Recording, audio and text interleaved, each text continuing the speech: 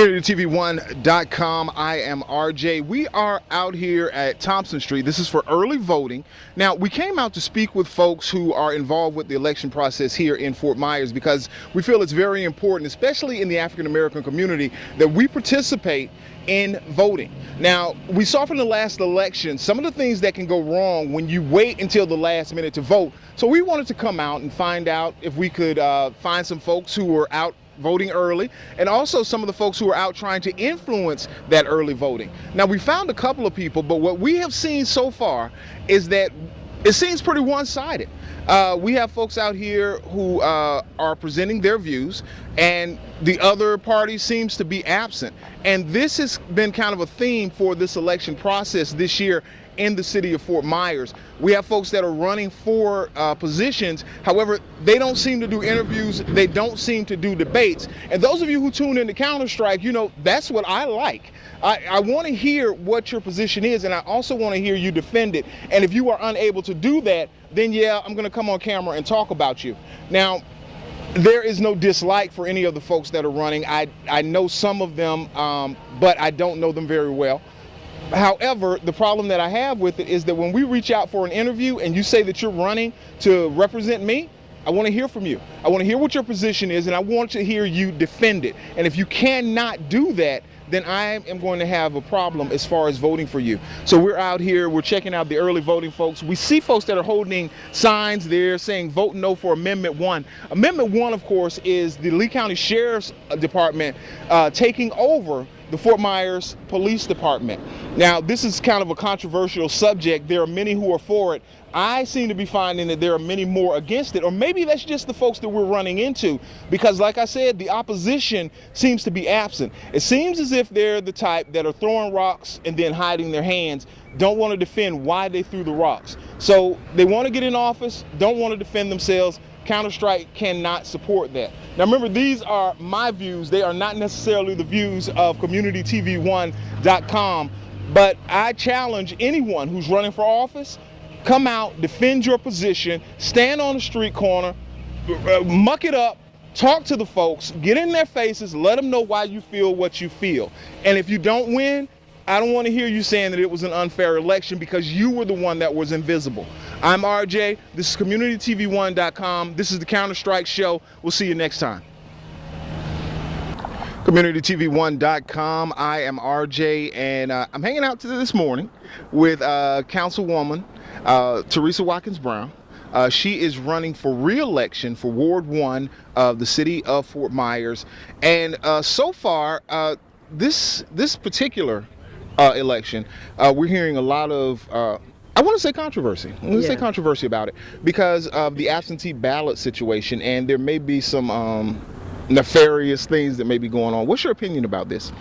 And it's not so much the absentee ballots in itself, I mean, because that's a process that's been in place for a long time, but it just seems like the unfairness that's going about with them, where they're getting people to vote that really don't say live in my ward, but they're getting them to use an address in my ward in order for them to be able to vote against me.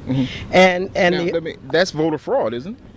Yeah, if people would come forth and say that's what's taking place, but we haven't had anyone to say that, you know, anything's been done illegally. Okay, so they could be doing this, they're trying to make sure it's someone they can trust. If they do, if this is happening, they're making sure it's someone they can trust. That's correct. Okay. That's correct. Okay. So, okay, I'll get off of that conspiracy for right now, even though it may have, to me, a negative impact on the election that is coming up.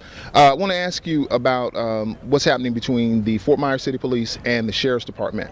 Right now, there is an amendment underway that would allow the Lee County Sheriff's Department to take over the Fort Myers Police Department. How do you feel about that? I'm not for that. I think our city should keep their police department. And right now we do have interlocal agreements with all of our law enforcement agencies where if we need help, they can come in to assist us. It's really not going to save the taxpayers or the constituents of this community any money whatsoever. As a matter of fact, it may end up costing them more, because if it's a takeover, we really don't know what the Lee County would charge City of Fort Myers for doing that particular process. Okay. All right. So I'm seeing a lot. The Fort Myers Police Department, for the most part, they are against this. Is that right? That's correct. Okay. And even to be honest, I'm not even sure if the Lee County Sheriff's Department is for it. Yeah, I haven't heard too much about that on their end either. Okay. There's a lot of things that are going on, amendments that are happening. I was confused on one myself, and it had to do with the city attorney. Can you explain what that situation is about? Actually, it's only to correct a simple process. Okay. Whereas right now the city attorney reports directly to the city manager. He will now report directly to council. Okay. It does not infringe upon anything. It just gives the city attorney the opportunity to fully represent the council in the way that he would need to. Okay. All right. Now let's talk about you. All right, you are running for re-election. So far now, your time that's on the council so far, what has that been like? What has been the most frustrating part of your job?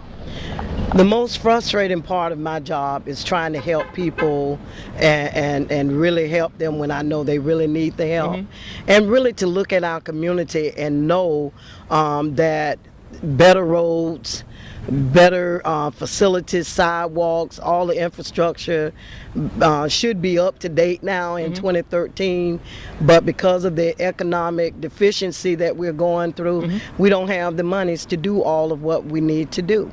The 4 years for me have been great. I've enjoyed it.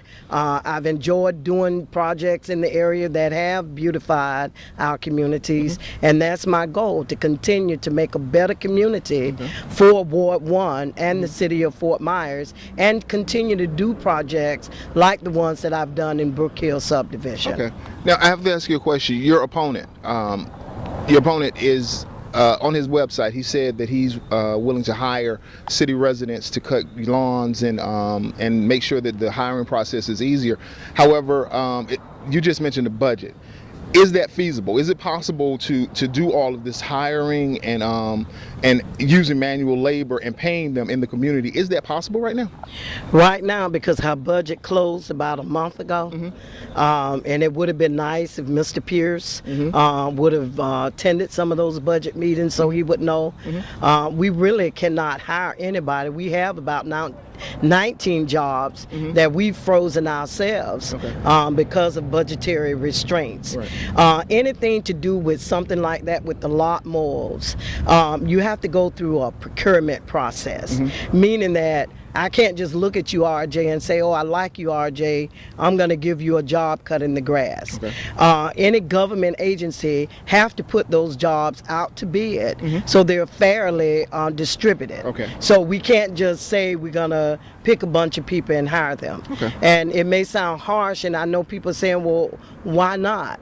But that's just the process of government, and when you understand how government works, then you wouldn't probably make some of those statements that you've made. All right, so I'm hearing some folks complain about minority hiring and that whole thing. Just to be clear, right now, that's not a fight that can be fought. Is that what I'm hearing from you? Well, not really that it's not a fight that can't be fought.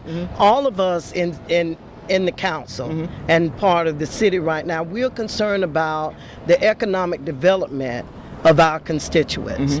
We're doing our best to bring in businesses, fix up our infrastructure where people will want to do business in those areas and in the city of Fort Myers. But the process of what they're saying they're going to do by hiring convicted felons and also by giving people jobs to cut grass, there's a process that you must go through in order to have that done. And it's not just something that someone can be elected to office and then sign on the dotted line that this is what they're going to do. Furthermore, our charter states, not Theresa, but our charter states that the city manager is in control of all hiring and firing of any employees of the city of Fort Myers. So that would be hard for me or any council person to be able to do. Now the election is the 5th of November. is coming up pretty quick. Early Yeah. voting is underway. How do you feel about your chances? I feel pretty good. I'm hoping that everybody get out and vote. I've been trying to combat the absentee ballots, and I just hope that everybody look at the fact that I am working to build a better community, Yes, ma'am. and that they will not let the process of what's being done deter them. And also, if you got somebody that's representing you, let them speak out so you'll know who's actually representing you.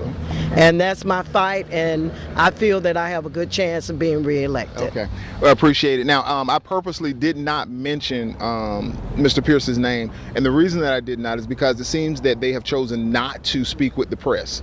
So I haven't mentioned them, and if they're not going to talk to me, I'm not going to talk about them.